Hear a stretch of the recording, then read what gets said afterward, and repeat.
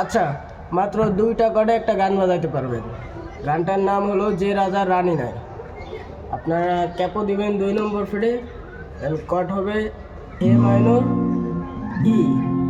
এই 2টা কর্ডে পুরো গান বাজবে। আর স্টামিং প্যাটার্ন হবে down down up up down down up up down down up up down down up. তো চলেন গানটা প্লে করি।